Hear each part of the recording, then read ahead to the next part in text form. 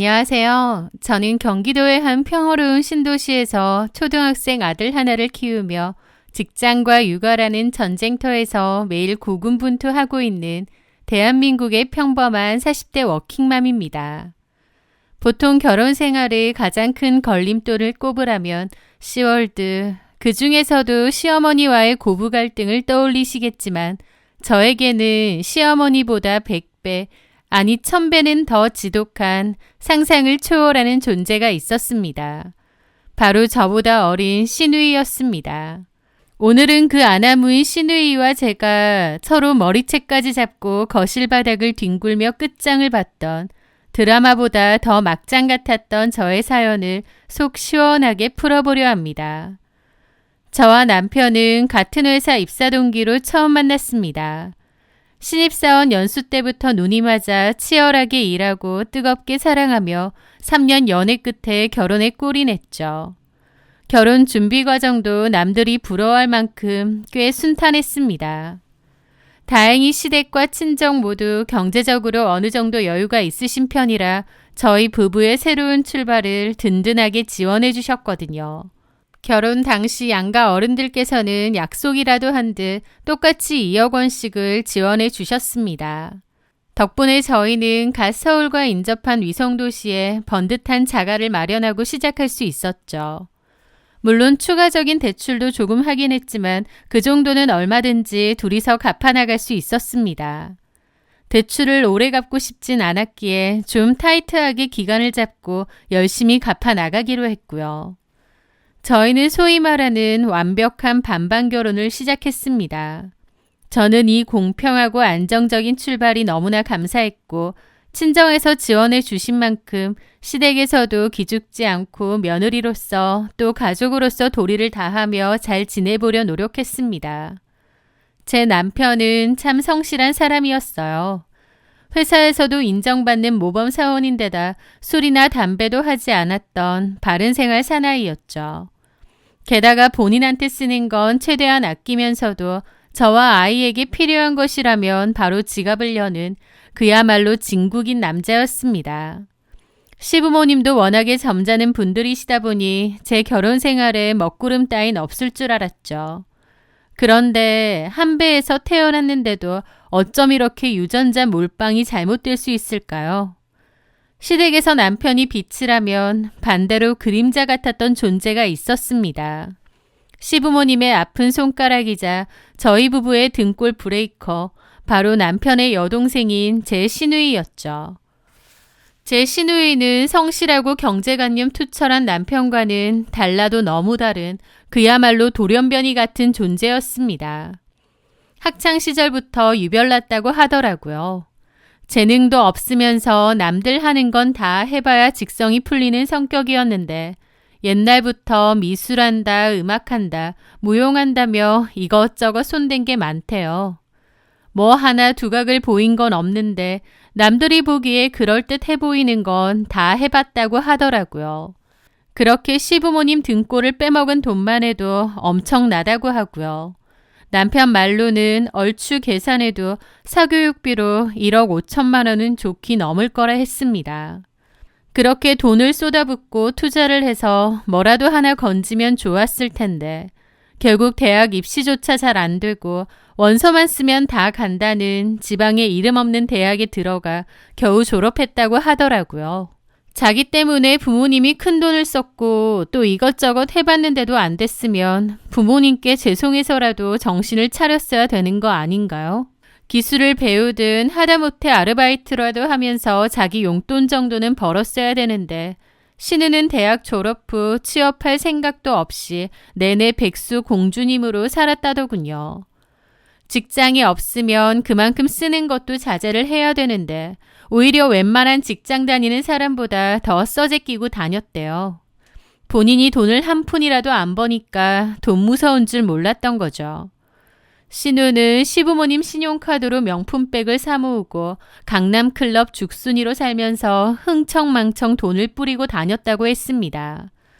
나중에 시부모님이 참다 못해 카드를 정지시키거나 용돈을 끊겠다고 하면 다 큰 성인이 거실 바닥을 대굴대굴 구르며 악을 쓰고 난리를 쳤다더군요. 내 친구들은 다 부모가 차 사주고 유학 보내주는데 엄마 아빠는 나한테 해준 게 뭐가 있어. 돈 안 주면 나 확 죽어버릴 거야. 내가 죽어도 좋아? 라면서 개진상을 부렸다는데 결국 자식 이기는 부모 없다고 시부모님은 울며 겨자 먹기로 매달 100만 원씩 용돈을 쥐어주며 신우를 달랬다고 하더군요. 저도 신우에 관한 이러한 스토리를 남편에게 종종 들었기에 잘 알고 있었습니다. 남편은 어지간해선 다른 사람을 욕하거나 흉을 보지 않아요. 저 사람도 저 사람 나름대로 뭐가 있겠지 하는 스타일이거든요.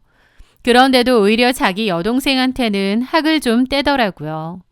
남편도 오빠로서 여동생한테 훈계도 하고 진지하게 충고나 조언도 했다네요. 그런데 남편이 그런 말을 꺼낼 때면 신우는 또 뒤집어지고 전에는 오빠가 뭐라고 했다고 한번 중내, 사내, 동네가 시끄러울 정도로 난리를 친 적도 있기에 남편도 그 뒤론 아무리 동생이라도 웬만해선 말을 못한다고 했습니다.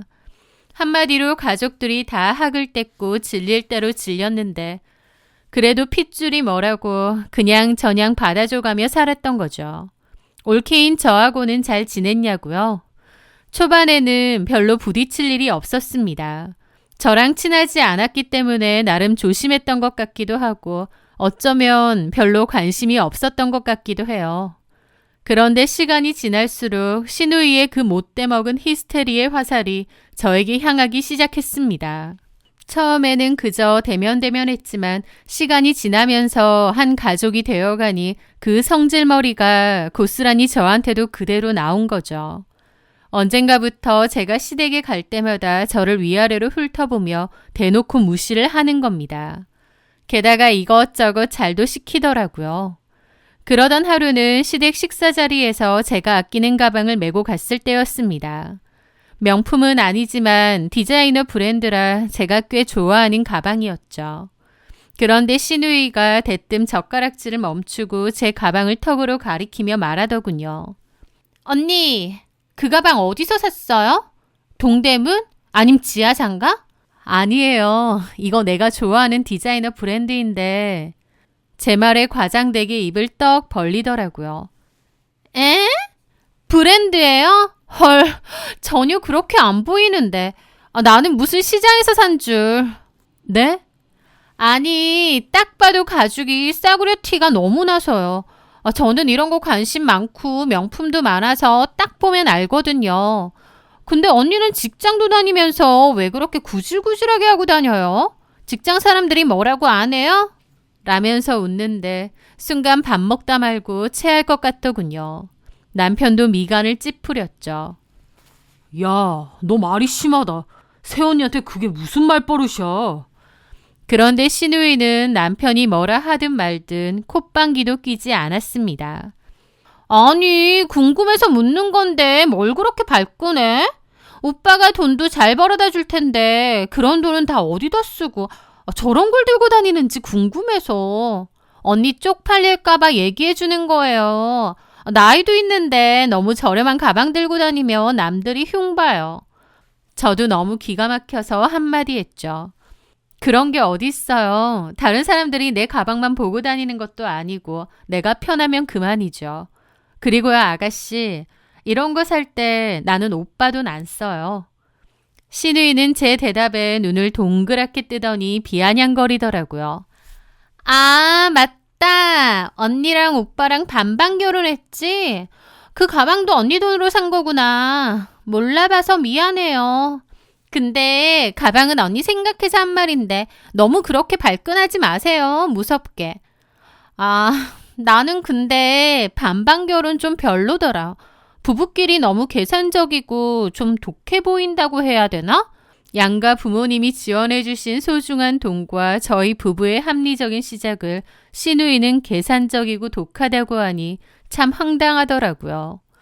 본인이야말로 부모님 등골 빼먹으며 백수로 살면서 열심히 일하며 사는 사람들을 깔보는 그 태도에 정말 오만정이 다 떨어졌습니다. 저는 속으로 오냐, 그래 너는 얼마나 괜찮은 신랑감 데려오나 보자 싶었죠. 그렇게 시간이 흐르고 어느 날 드디어 신우는 시집을 가겠다며 남자를 데려왔습니다. 엄청 잘난 남자를 데려왔다며 콧대가 하늘 높은 줄 모르고 솟아있었죠. 신우 말로 자기 약혼남은 아버지가 운영하는 회사에서 일한다고 하더라고요. 그 회사가 크고 매출도 빵빵하다면서 자기는 부잣집 며느리가 된다 이거였죠. 시댁 식구들 모두 반신반의했고 잘 알아보라고 했지만 신우는 기고만장했습니다. 그리고 정말 고급 펜트하우스에서 신혼을 시작한다고 자랑이 넘쳐났죠. 그렇게 결혼 후 자기 집에 저희 부부를 초대했습니다. 집들이 겸 다 같이 갔는데 대놓고 온갖 유세를 떨기 시작했습니다. 집 좋네요, 정말. 이런데 처음 와봤죠? 많이 구경하세요. 그 말에 저 말본새는 결혼해도 안 고쳐질 건가 보다 생각하며 가방을 내려놨습니다. 신우이가 그 가방을 보며 푹 하고 웃더라고요. 세상에, 아직도 이 가방. 언니 진짜 검소하네요. 이제 가방 좀 버리면 안 돼요? 나 안 쓰는 가방 많은데 좀 줄까요? 라며 또 제 가방을 걸고 넘어지는 겁니다. 우리 남편이 그러는데 여자는 가방이랑 구두가 자존심이래요. 언니 너무 검소하게 사는 거 자랑 아니에요. 없어 보인단 말이에요. 남들이 말은 안 해도 속으로는 다 은근히 무시할걸요? 그러면서 명품 로고가 박힌 접시에 과일을 내오며 떵떵거렸습니다. 자기 남편은 손가락 하나 까딱 안 해도 돈이 굴러 들어온다느니 이번에 3억짜리 외제차를 계약했다느니 하며 온갖 허세를 부렸죠. 남편은 저에게 작게 말을 하더라고요. 미안하다고 그냥 오늘만 참고 넘어가 주라고요. 저도 그래 자랑 실컷 하고 싶나 본데 들어주자 생각하며 좋게 좋게 넘겼습니다. 하지만 그토록 화려했던 그 거드름은 우습게도 1년도 채 가지 못했습니다. 심해부 되는 사람이 엄청 부자고 그의 아버지 회사가 그렇게 잘 된다더니 웬걸 이미 망한 지 오래라서 도산하고 있는 중이었더라고요. 원래도 망하고 있던 사업이었는데 신우랑 심해부가 결혼하고부터 더욱 가파르게 고꾸라지더니 결국 엄청난 빚만 남기고 파산을 했다는 겁니다. 심해분의 집도 허영심이 엄청나서 사업으로 인한 매출은 바닥났는데 씀씀이는 여전했대요. 그러니까 남는 건 결국 빚밖에 없었던 거죠. 심지어 자랑하던 그 펜트하우스도 월세였는데 이미 보증금도 다 까먹은 상태였다고 합니다. 저는 거기가 월세인지도 몰랐는데 신우나 심해부가 허영심과 허세가 엄청나구나 싶더라고요. 한 달 월세만 해도 얼만데요. 그리고 나중에 보니 신우이가 자랑하던 명품과 외제차 모두 렌트거나 짝퉁 혹은 빚으로 무리해서 산 것들이었습니다. 진짜 돈이 많아서 산 것도 아니면서 왜 저렇게까지 무리해서 돈을 써제꼈는지 허세가 정말 무서울 정도더라고요. 신우네 시댁은 빠르게 망했고 신우는 그 일로 하루가 멀다 하고 심해부랑 싸운다고 했습니다.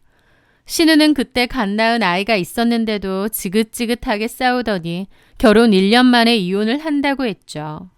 그렇게 친정으로 다시 돌아와야 했는데 문제는 그 사이에 어머님 아버님도 시골로 이사를 가셨어요. 신우까지 시집 보내고 나면 시골에 내려가서 귀농해서 살겠다고 늘 말씀하셨거든요. 그래서 신우 결혼 후에 곧바로 집 정리해서 내려가셨다 보니 신우가 이혼 후 오갈 데가 없어진 거죠. 시부모님은 신우를 위해 집을 팔아서 마련한 노후 자금을 깨서 1억 5천만 원을 만드셨습니다. 그걸로 신우 살 집을 마련해 주신다고요. 하지만 서울 하늘 아래 전셋집 하나 구하기에도 턱없이 부족한 돈이었죠.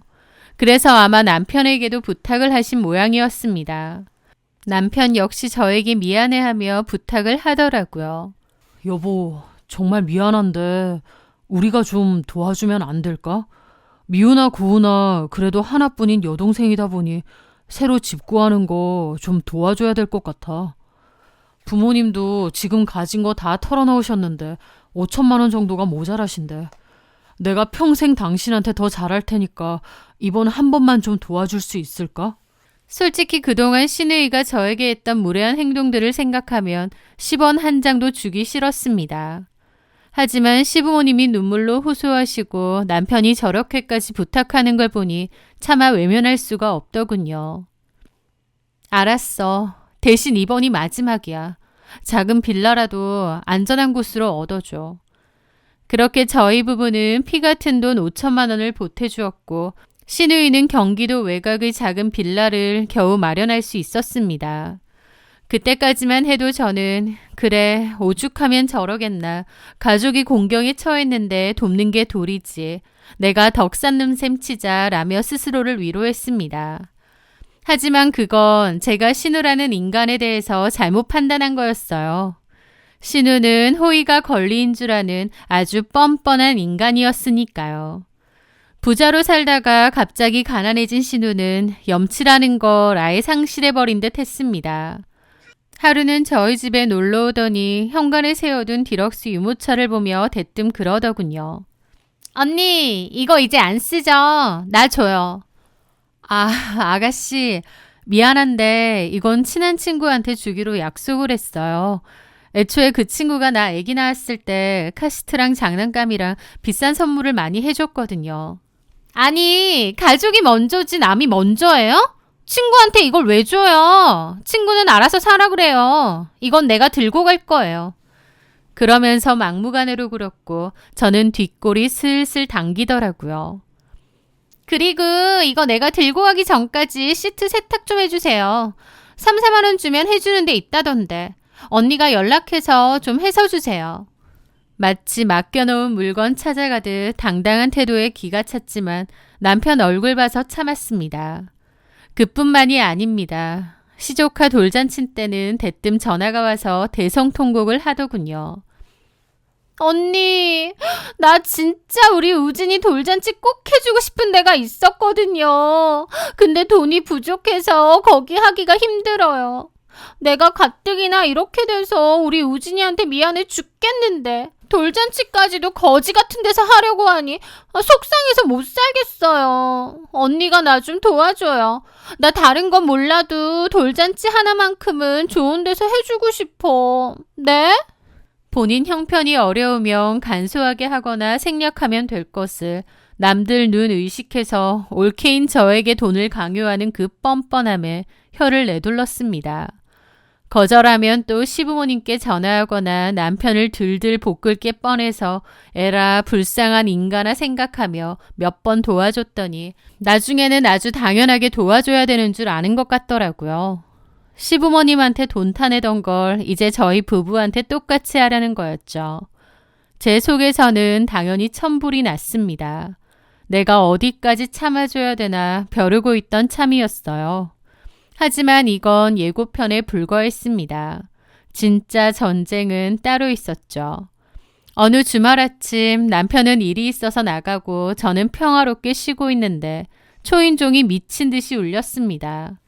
인터폰을 보니 눈물 범벅이 된 시누이가 왔더라고요. 문을 열어주자마자 거실 바닥으로 달려와 통곡을 하는 겁니다. 나 이제 어떡해요. 집주인이 전세금 5천만 원 더 올려달래요. 안 그러면 당장 나가래요. 나 갈 데도 없는데 어떡하냐고요. 그러면서 저한테 당연하다는 듯 손을 내미는 거예요. 언니가 오빠한테 말해서 좀 도와줘요. 내가 나중에 갚을 테니까. 하지만 저희 사정도 녹록치 않았습니다. 저도 아이 육아 때문에 일을 줄여 수입도 예전 같지 않았고 대출도 갚고 있었고요. 아가씨 정말 미안한데 우리도 여유가 별로 없어요. 그리고 이미 저번에 전세 구할 때 5천만 원 해드렸잖아요. 더는 무리예요. 제가 단호하게 거절하자 바닥에 엎드려 울던 시누이가 눈물을 뚝 그치고는 벌떡 일어나더니 소리를 지르는 겁니다. 돈 안 줬다고 바로 본색을 드러낸 거죠. 와, 언니 진짜 좀 그렇네요. 언니네 집 들어보니까 6억에 분양받아서 지금 9억 됐다던데요. 가만히 앉아서 3억이나 벌어놓고 동생 길바닥에 나앉게 생겼는데 5천만 원이 없다는 게 말이 돼요? 돈방석에 앉으니까 눈에 뵈는 게 없어요? 라는데 기가 막혀서 말이 안 나왔습니다. 집값이 오른 건 사실이지만 그게 당장 제 수중에 현금으로 들어온 것도 아니잖아요. 집은 팔기 전에는 제 손에 돈이 들어오는 게 아니니까요.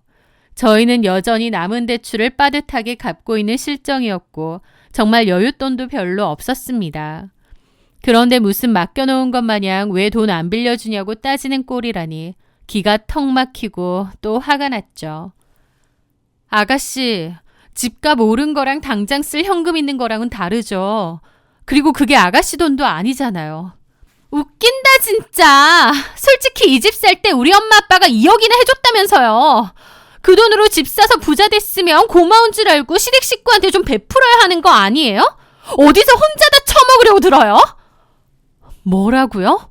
혼자 다 처먹어? 지금 말 다 했어요? 그래, 혼자 다 처먹으니 좋아?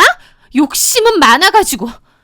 개념 없는 소리를 찍찍 내뱉는 신우이를 보자 저도 이성의 끈이 툭 끊어지고 말았습니다. 더 이상 참을 이유가 없었죠. 그래. 계산 한번 똑바로 해볼까? 어머님 아버님이 우리한테 2억 해줬지. 근데 네 전세금으로 5천 줬지. 그럼 결론적으로 시부모님이 해주신 건 1억 5천이야. 근데 우리 친정에서는 결혼할 때 2억, 그리고 이 집 살 때 대출 줄이라고 3천 더 해주셔서 총 2억 3천 해주셨거든? 지분으로 따지면 이 집을 팔아도 우리 친정에 내놔야지. 왜 염치 없는 너한테 주니? 넌 양심이라는 게 없니? 팩트 폭격을 맞은 신우이는 얼굴이 불그락 푸르락 해지더니 분에 못 이겨 저한테 욕지거리를 하는 겁니다. 너 잘났다. 이 욕심만 드글드글한 년아. 뭐라고? 년? 너 미쳤니? 그래, 미쳤다. 어쩔래? 하더니 다짜고짜 제 머리채를 휘어잡는 거예요. 저는 순식간에 머리채가 잡혀 너무 놀랐죠. 아! 이거 안 놔? 근데 놀람과 동시에 너무 열받는 겁니다. 이게 그래도 신우이라고 봐줬더니 진짜 사람을 물로 봤나 싶더라고요. 저도 그동안 쌓이고 쌓였던 분노를 담아 똑같이 신우이의 머리채를 휘어잡고 거실 바닥을 뒹굴었습니다. 아들이 방에서 놀라 뛰쳐나와 엄마 하고 울었지만 이미 눈에 뵈는 게 없었어요. 개념 없는 소리도 한두 마디지 너 오늘 잘 걸렸다 싶었죠. 제가 우악스럽게 신우이 머리채를 당기고 밀쳐버리니 신우도 소리를 지르며 바닥에 나동그라지더라고요. 저는 그런 신우이를 바닥에 깔고 앉아 멱살을 흔들었습니다. 이게 진짜 봐주니까. 너 내가 경찰에 주거침입이랑 폭행으로 신고해줄까? 너도 때렸으면서 무슨 폭행? 네가 먼저 때렸잖아, 선빠. 너 20대 때 백수로 놀면서 어머님 아버님한테 월 100만 원씩 다 쓴 거 다 알아. 되지도 않는 예체능 한다고 1억 5천 날려먹은 것도 다 안다고. 양심이 없냐? 가족들한테 미안한 것도 없어? 오빠랑 내가 5천만 원 보태준 것도 감지덕지인 줄 알아야지. 어디서 돈 더 내놓으라 행패야. 돈 맡겨놨어? 그리고 년? 그래. 너 나한텐 연소리 한 거 보니까 옳게 살고 뭐고 제대로 붙어보자 이건데 너 오늘 잘 걸렸어. 원하는 대로 아주 끝장을 내줄게. 제 서슬퍼런 기세에 완전히 놀린 신우이는 입을 떡 벌리더니 갑자기 소리 지르면서 엉엉 우는 겁니다. 나이가 적지도 않건만 무슨 7살짜리 어린애처럼 떼를 쓰며 엉엉 울더라고요. 제가 코웃음을 치며 옆으로 나오자 신우는 바닥에 주저앉아 본격적으로 꺼이꺼이 우는 겁니다. 저한테 맞고 욕먹은 게 분했나 보더라고요. 그 꼬라지가 정말 가관이었죠. 오빠한테 다 잃을 거야. 엄마한테도 언니가 나 때렸다고 다 잃을 거라고. 어디 두고 봐. 그 찌질한 모습에 헛웃음이 터지더군요. 저는 자리에서 일어나 현관문으로 갔습니다. 그리고 문을 활짝 열어젖히고는 신우가 들고 온 가방을 문 밖으로 집어던져버리며 소리쳤습니다. 일러. 가서 실컷 일러 바쳐봐. 나도 더 이상은 못 참아. 그리고 당장 꺼져. 내가 왜? 여기 우리 오빠 집이기도 해. 놀고 있네. 경찰 부를까? 아니면 질질 끌고 나가줄까? 그 말에 신우는 부들부들 떨며 노려보더라고요. 신우한테 이런 짓을 해? 네가 한 짓이나 생각하세요. 그동안 많이 참아줬다. 어머님 아버님이랑 니네 오빠는 그래도 네가 가족이라고 참아주고 넘어가주고 했나 본데 난 달라. 너랑 나랑 피가 섞이길 했어. 뭘 했어? 이따위로 굴면 나도 안 참지. 더 쳐맞아야 나갈래? 진짜 너무해. 내가 가만 안 둘 거야. 결국 신우이는 울며 겨자 먹기로 바닥을 기어나가듯 쫓겨났습니다. 저는 바로 문을 확 닫아버렸죠. 문이 닫히고 나니 그제야 온몸에 힘이 쭉 빠지며 손이 덜덜 떨려왔습니다. 저도 이런 식으로 싸워본 적은 태어나서 처음이에요. 신우 앞에서는 큰 소리 탕탕 쳤지만 심장도 미친 듯이 뛰었죠. 하지만 여기서 멈출 수는 없었습니다. 저는 숨을 고르고 남편에게 전화를 걸어 방금 있었던 일을 가감 없이 토시 하나 빼지 않고 전부 알렸습니다. 여보, 나 지금 아가씨랑 머리채 잡고 싸웠어. 아가씨가 나한테 뭐라고 했는지 알아? 제 이야기를 듣는 내내 남편의 숨소리가 거칠어지더군요. 모든 자초지종을 들은 남편은 깊은 한숨을 푹 쉬더니 떨리는 목소리로 말했습니다. 미안하다. 내가 죄인이야. 그동안 네가 내 식구라고 참아준 거 다 아는데 볼 꼴 못 볼 꼴 다 보여서 미안해. 내가 알아서 정리할게. 남편은 그 길로 신우이에게 전화를 걸어 불같이 화를 내며 절연을 선언했다고 하더라고요. 너 앞으로도 그따위로 굴면 오빠가 뭐고 가만 안 둬. 부모님 믿고 까부는 모양인데 나도 이제 더는 못 참는다. 우리 집 근처에 얼씬도 하지 마라. 이건 경고야.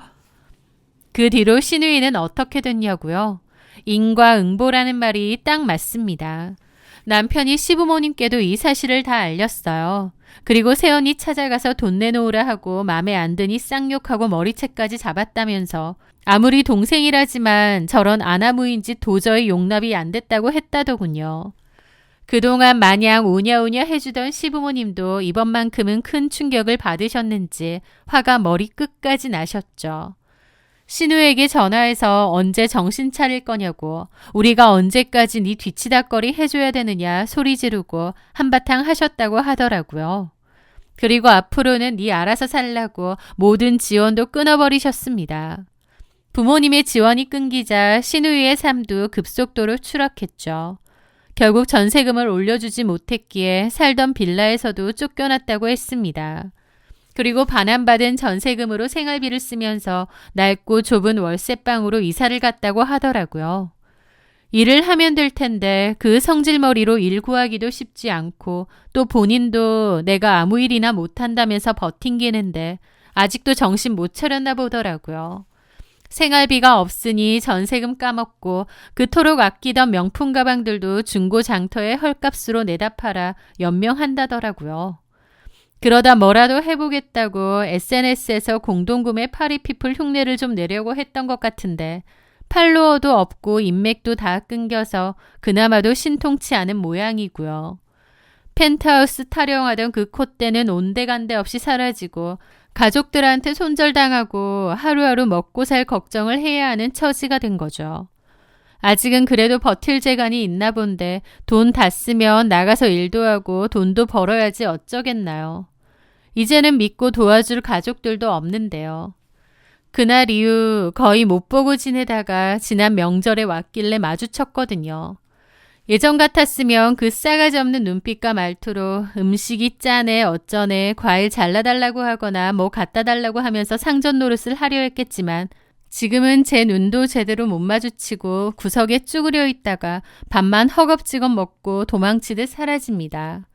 시부모님도 그 모습이 너무 초라하고 불쌍해 보이는지 마음 약해지는 것 같기도 한데 그럴 때마다 남편이 냅두라고 쟤는 정신 좀 더 차려야 된다고 절대 지금 도와주면 안 된다고 그러면 쟤는 더 정신 못 차릴 거라고 단호하게 말했죠.